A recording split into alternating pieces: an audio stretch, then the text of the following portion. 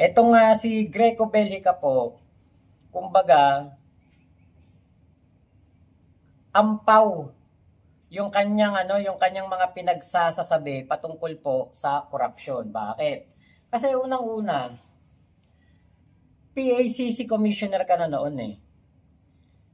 Pero wala kang nagawa. PACC commissioner ka, pero ang presidente mo ay kurakot, nuno ng corruption.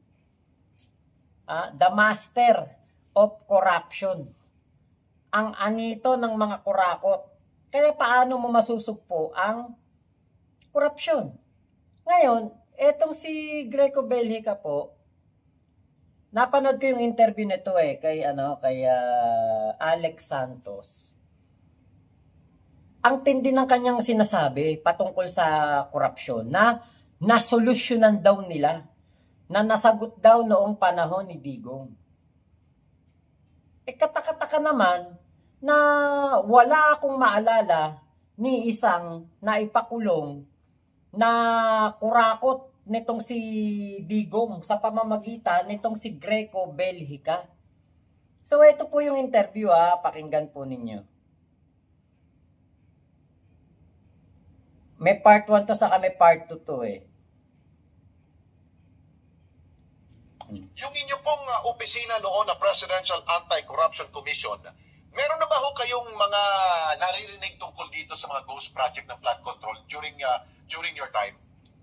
Meron po, pero linawin ko, Sir Alex, ang corruption sa DPWH flood control ghost projects goes beyond our times. GMA, Pinoy, times, meron ng mga flood controls, meron ng mga ghost projects. Noong time po namin, meron kaming naimbestigahan na isa at nakasuhan din dyan po sa Bicol. After that, wala na mga reports ng mga flood control ghost projects anomalies na malalaki. Dahil po yung meron sumingaw pa lang noon, rock netting, sumingaw yan, DPWH contracts, yung mga dayaan sa paving, substandards, marami po yan. Kaya marami kikilanin ng pera at komisyon. Marami po yan. Kaya marami po kami na-imbestigahan, nakulong, na-expose, napatanggal ng mga at nakasuhan, especially ng mga district engineers, mga congressmen. Kung maalala niyo po, siyam na congressman ang binasa na ng Pangulong Duterte galing sa report namin. Tapos 14 na district engineers magkasali doon sa report na yun na sinibak at kinasuhan lahat po sa pwestos. Ayan. Narinig nyo naman yun, yung sinabi, di ba, na ganoon po. Meron daw silang sinibak, tinanggal. Mapapansin nyo po doon, sinabi niya, meron daw pong siyam na congressman na nasangkot po sa kickback sa flood control project, sa mga DPWH contracts. Pero wala po ni isa doon ang nakulong. Hindi po totoo yung sinasabi ni Greco Belhica. Wala pong naipakulong noon. Merong mga inimbestigahan.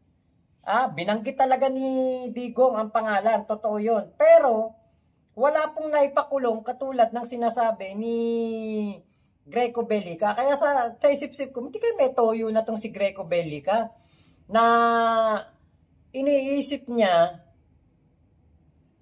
merong siyang naipakulong kahit wala naman. Iniisip niya na meron siyang nagawa kahit wala naman. Meron siyang imaginary na pangyayari na akala niya nangyari talaga pero hindi naman ito nagkatotoo. Baka gusto nga niya kasi yung tatay nito si Gregor Belhica ba yun? Alam ko yan yung Belhica na matanda na okay Okay yan dati kaya nga sumikat yung apelyido nilang Belhica. Pero dito kay Greco Belhica, alam natin na wala siyang nagawa bilang PACC commissioner. Yung sinasabi niya, na meron silang naipakulong na mga kongresista, hindi po totoo yun. Wala pong nakulong na congressman na na sangkot po sa kickbacks. Okay, ito hanapin ko yung Duterte DPWH kickback congressman.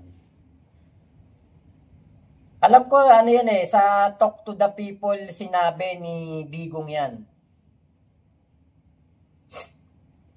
Sa Talk to the People niya, yung kada Lunes ng gabi o kapag may amats, may hangover si Digong, hindi niya nagagawa ng Lunes ng gabi, Martes ng gabi niya ginagawa.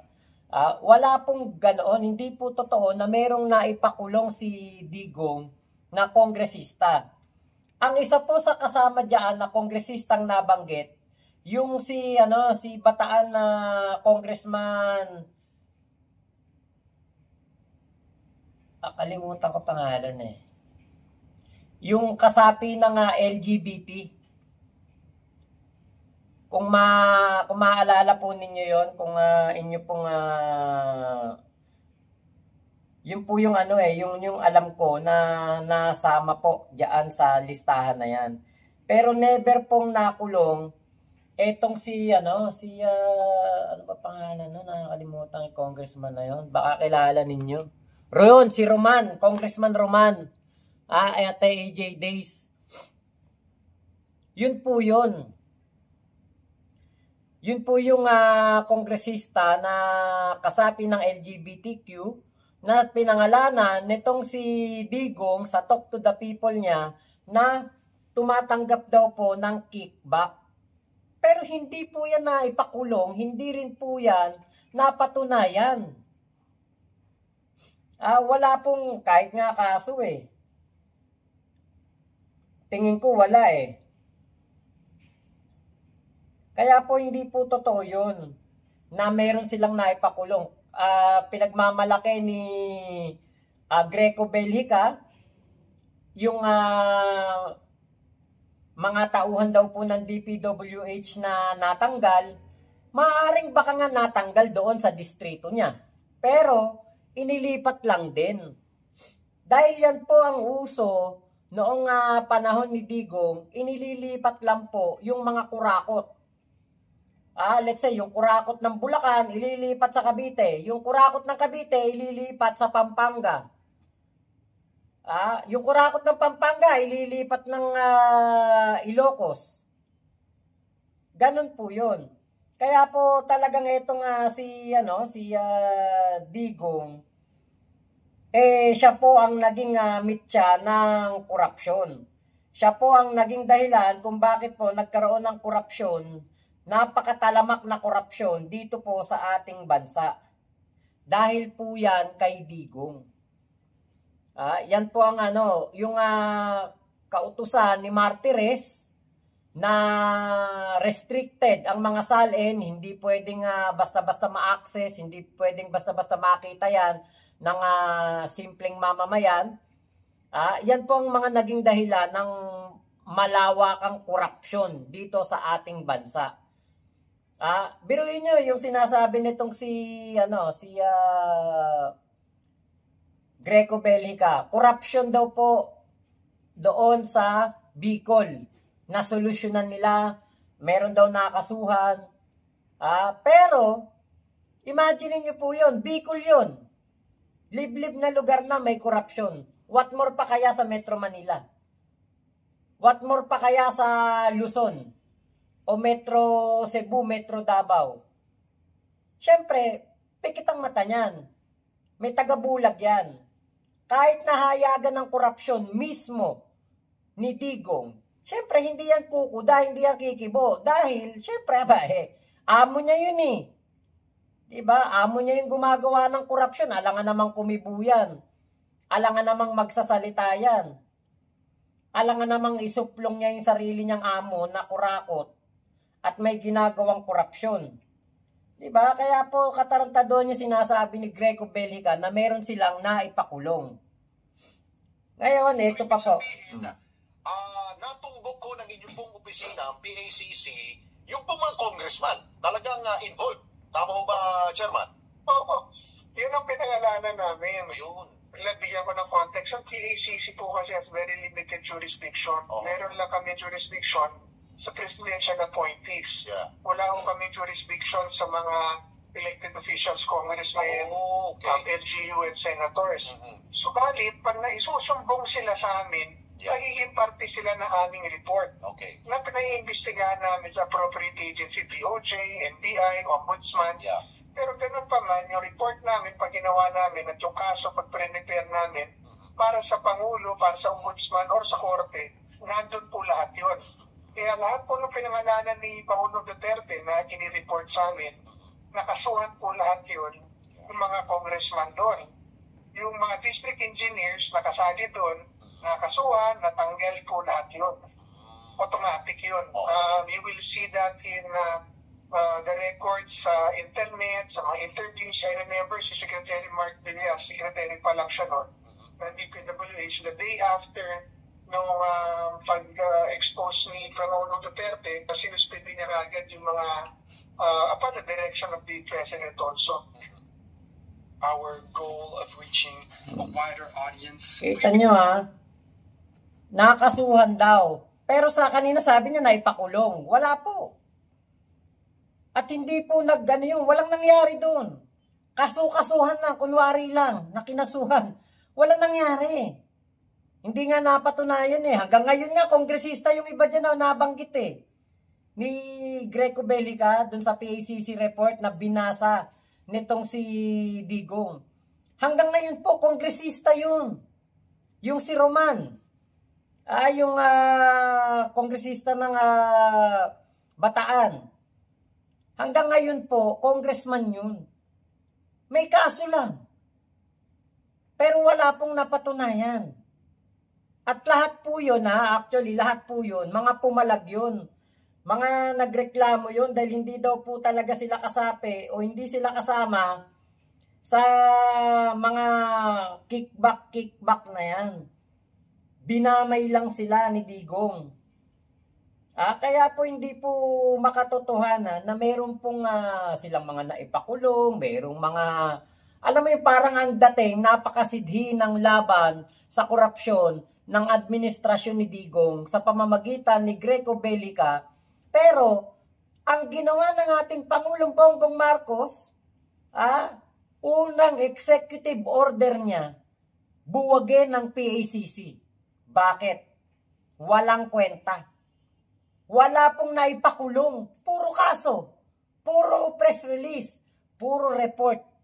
Puro talk to the people expose. Pero yung hinahanap natin na maipakulong etong mga kurakot na ito, wala pong nangyari. Nag-aksaya lang ng pera ang taong bayan. Nag-aksaya lang tayo ng pera dyan sa mga investigasyon na ginawa kuno ng PACC. Pero nakita ng ating Pangulong Bongbong Marcos, walang kwenta ang komisyon na yan. Walang kwenta ang ahensya na yan. Kaya po, binuwag ni PBBM. Yung PACC, yun mismo ang may korupsyon, yun mismo ang meron pong katarantaduhan na ginagawa dahil pinagtatakpan niya ang tunay na korupsyon. Pinagtatakpan niya Diba? Nakita nyo dyan sa aking sa aking thumbnail. Kapag daw po naipakulong ang kurap, uunlad ang Pilipinas. Kaya pala gumanda ang ang ekonomiya ng bansa natin nung nakulong si Digong. Kaya pala naging maayos at gumaganda ang track record ng ating ekonomiya kasi nakakulong na si Digong.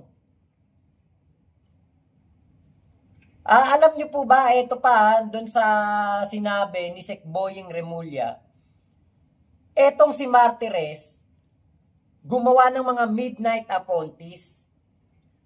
Kaya po pala, kumbaga parang ganito ang ginawa Paalis na si Martires. Ang ginawa niya, nag-appointee siya ng nasa 209 na mga empleyado. At itong mga empleyado na ito na inupo ni Martires, ito po ay magiging shield ng dating administrasyon para protektahan ang mga kakurakutan, korupsyon na ginawa noong panahon ni Digong. Ngayon, nabuking yan ni Ombudsman Boying Remulla. Kaya pinapa-courtesy resign niya itong mga to at pinagre-reapply. Siyempre, yung mga, kung mayroon kang magandang record, maayos ang record mo, re-apply, tatanggapin ka. Pero yung mga hindi po magaganda record at tingin ko, ay dapat kasi non-partisan ka kapag ikaw ay naupo dyan sa ombudsman, sa opisina, non-partisan ka. Kapag ito, Maka Duterte, tauhan ni Martires, loyal kay Martires, na alam nating loyal kay Digong, hindi po pwede yun. At alam naman natin kaya yan inupo ni Martires, kaya yan na pinuwesto ni Martires dyan, para kung ano man ang gagawing investigasyon ni Sec Boying, mapigilan. At ang lumabas, korupsyon lang kuno ng ating Pangulong Bongbong Marcos, kapanahunan ni PBBM lang. Kaya hinaharangan na nila. Kaya hindi ako naniniwala na itong mga katulad ni Greco Belhica magtatrabaho ng maayos para sugpuin ang korupsyon. Hindi nga niya nailitaw ang korupsyon ni Digong Diba? Buti sana kung itong si Greco Belhica talaga ay meron talagang naipakulong na big fish na matatawag. Talagang napagbayad nila sa ginawang korupsyon. Wala. Ano mga nakulong sa korupsyon? Yung principal ng dekwat ng 5,000 piso. Kulong ng 20 years. Yun lang ang mga kaya nilang parusahan. Yun lang. Pero yung sasabihin mo na katulad niya, congressman, wala pong nakulong na congressman ng panahon ni Digong. Huwag tayong maglokohan dito. Huwag tayong magtarantaduan dito.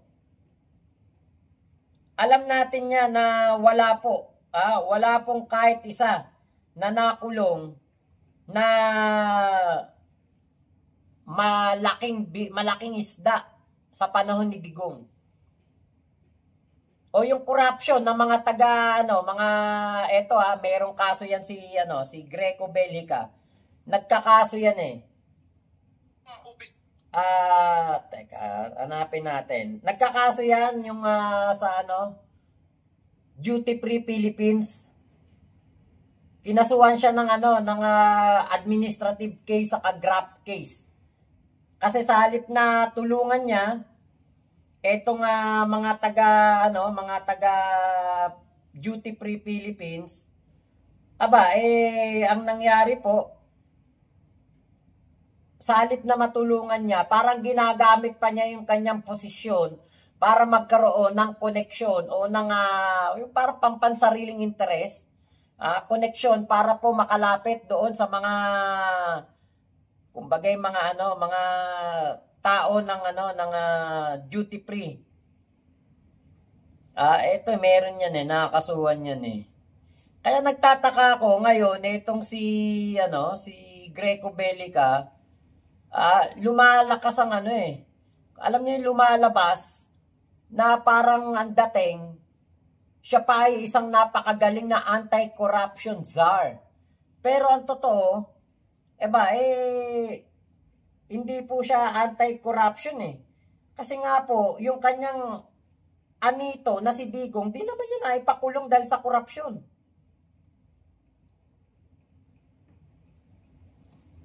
Meron akong nakita niya kaso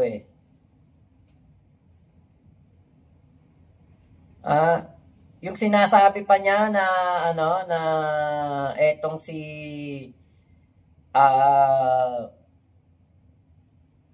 meron niya nakita ko yun daw mga kurakot noon, takot daw kay Digong. Hindi totoong takot kay Digong ang mga kurakot noon.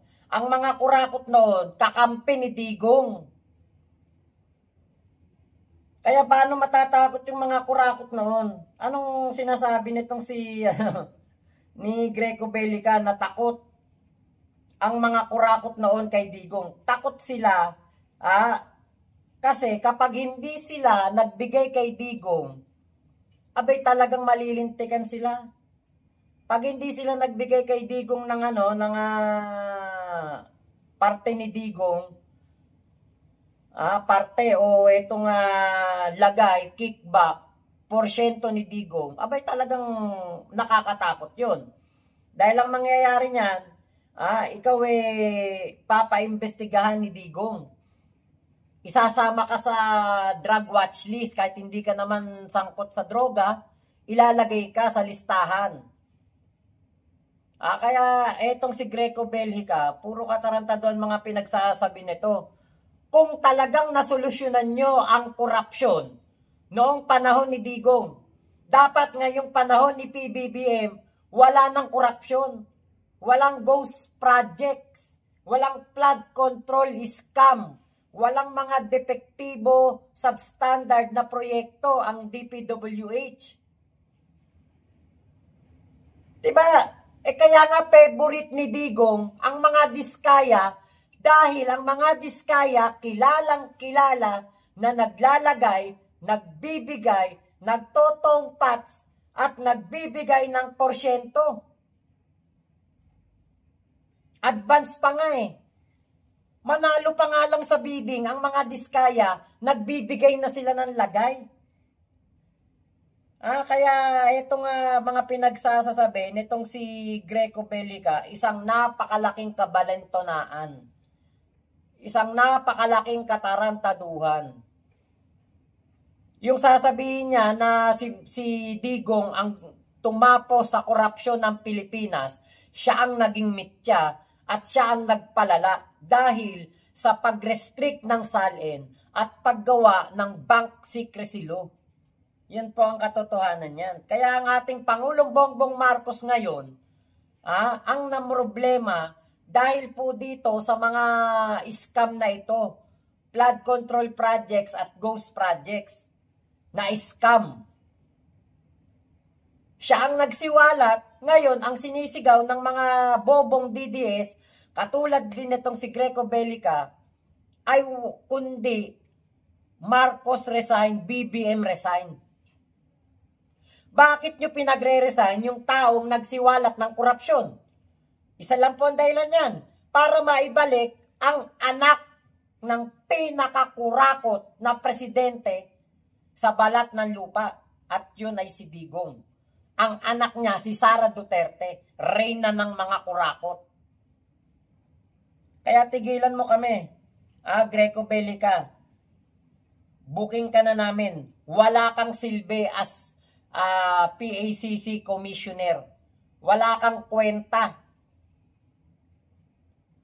Alam namin na ikaw ang nagpoprotekta sa kurakot. Alam namin na si Digong, maraming korupsyon pero pinoprotektahan mo. Kaya wag kami. Wag mo kaming utuin. Hindi mo kami mauuto at hindi mo kami matatarantado diyan sa mga pinagsasabi mo na kung ano-anong mga post mo patungkol sa paglaban sa korupsyon. Parang hustler na hustler ka. Parang ang datingan, you're the master of corruption, grabbuster. Parang ganon ang datingan. Summa cum laude ka, pagdating sa paglaban sa korupsyon. Pero alam namin, ang totoo, pinrotektahan mo si Digong. Hindi totoo na kinalaban mo ang korupsyon. Dahil kung kinalaban mo ang korupsyon, matagal ka nang naipakulong ni Digong. Bakit? Dahil lahat ng mga kumukontra kay Digong, lahat ng sumasalungat sa kagustuhan ni Digong, nakulong. Laila de Lima, naipakulong. Ano ginawa kay Maria Ressa ng Rappler? Katakot-takot na kaso. Ano nangyari kay Jed Mabilog? Dahil sa inggit lamang, na laging tinatalo ng Iloilo City ang Davao City. Si Jed Mabilog na tanghal na world mayor noong 2014. Kung magaling si Digong na mayor, bakit hindi si Digong ang naging world mayor noong 2014? Bakit si Jed Mabilog ang nakakuha ng prestihiyosong award na yan?